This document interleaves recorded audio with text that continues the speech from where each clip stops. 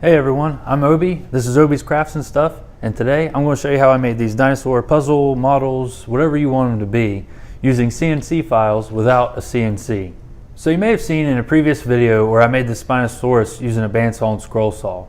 I bought a file off of MakeCNC.com, which was originally for a CNC router or a laser engraver. The people at MakeCNC.com, they saw the video and they liked it so much that they offered me a few free plans and asked if I would make another video explaining how I took their file and blew it up to this size and was able to use the bandsaw and scroll saw to cut it out. And the process is pretty simple, really. I opened the file on Inkscape, which is a free vector program that you can get online, and I blew everything up with this projector onto my wall. This projector is cheap Amazon projector. I'll leave a link for it in the description. I think it's pretty good for the money. But I blew everything up with this projector onto the wall, traced everything out, and brought it down here, and I cut it out with the bandsaw and scroll saw. And in this video, I'll show you with this dinosaur exactly how I did it. Let's get started.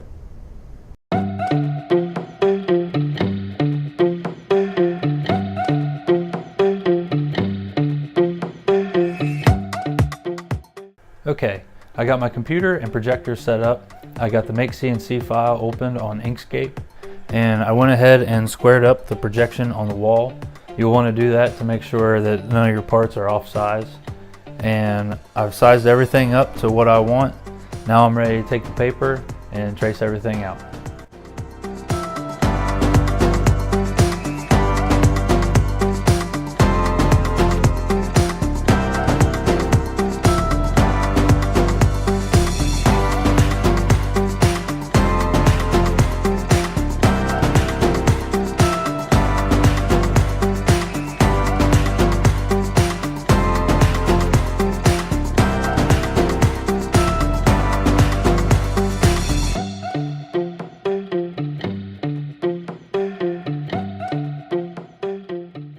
Next, you want to take everything that you traced out and cut them up into smaller pieces so you can align them on this poster board.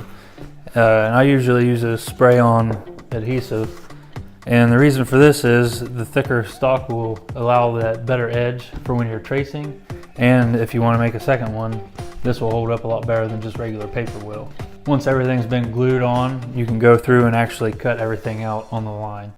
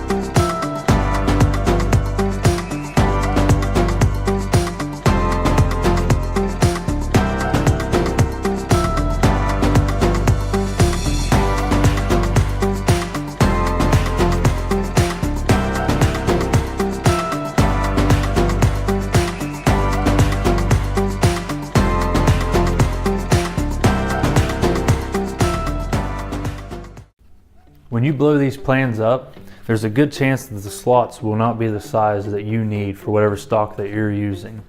And you'll notice that I put X's in all these slots whenever I traced it out. That's because I don't want to go through and cut it all right away with the bandsaw or scroll saw.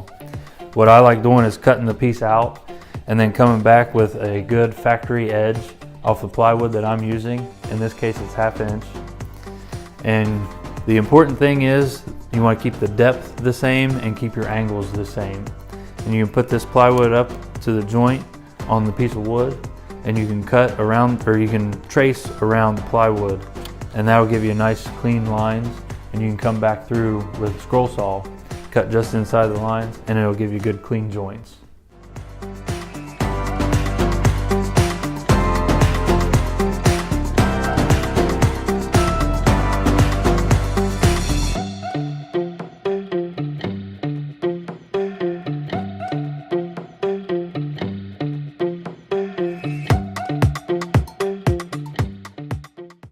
Alright, everything's cut out now. Everything fit pretty good.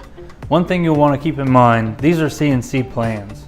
So when you go through and you cut everything out with a bandsaw or a scroll saw, you trace everything out by hand, there's going to be things that are off just a little bit, and you might have to cut a piece more than once. For example, this piece goes right here between the front legs, and I had to cut it out twice because I had the legs angled in just a little too much, and they were hitting the rib cage and it just wasn't working. So I just went ahead and traced it out again, cut it again, and angled the legs out just enough to where they'd miss the rib cage, and second time it fit just right. Next step is to clean everything up. I'm going to go over all the edges with a round over bit at the router table, and then sand the sides smooth with an orbital sander. And if you don't have a router table, you could easily just take the orbital sander and take the sharpness off the edges, and that will work just fine as well.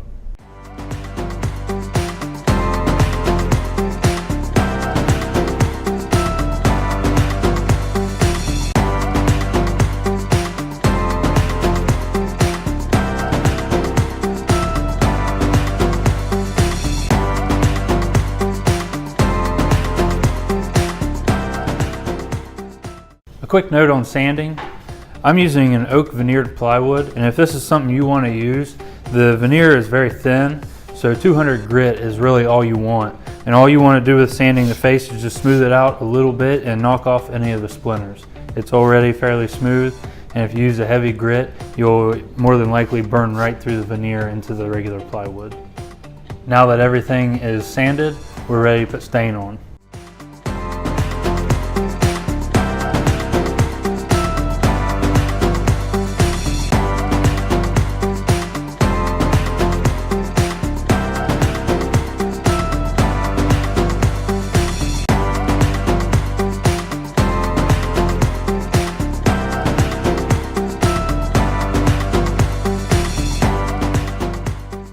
Okay, everything's stained. I give it a day to dry, and now I'm going to go over everything with this spray on clear coat.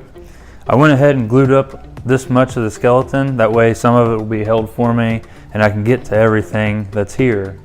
And everything that would be too tight for like the ribs and the tailbone, I went ahead and made these little runs here and everything spread out, and I'll just go around and spray coat everything as it is here.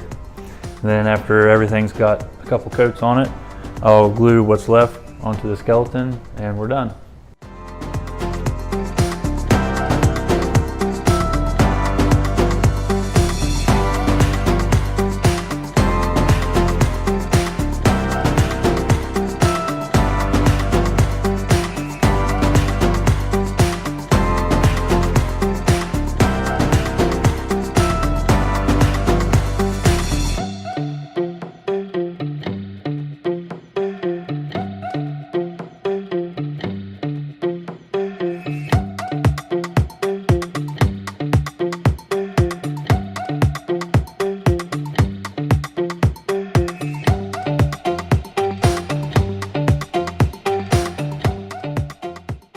Okay, there it is.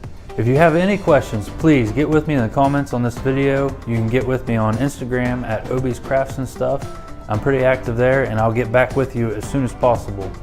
I know these projects are a ton of fun, and I highly recommend MakeCNC.com to get your file. It makes everything so much easier. If you like what I'm doing, give me a thumbs up. Don't forget to subscribe. I've got a lot of good things coming up. Thanks for watching.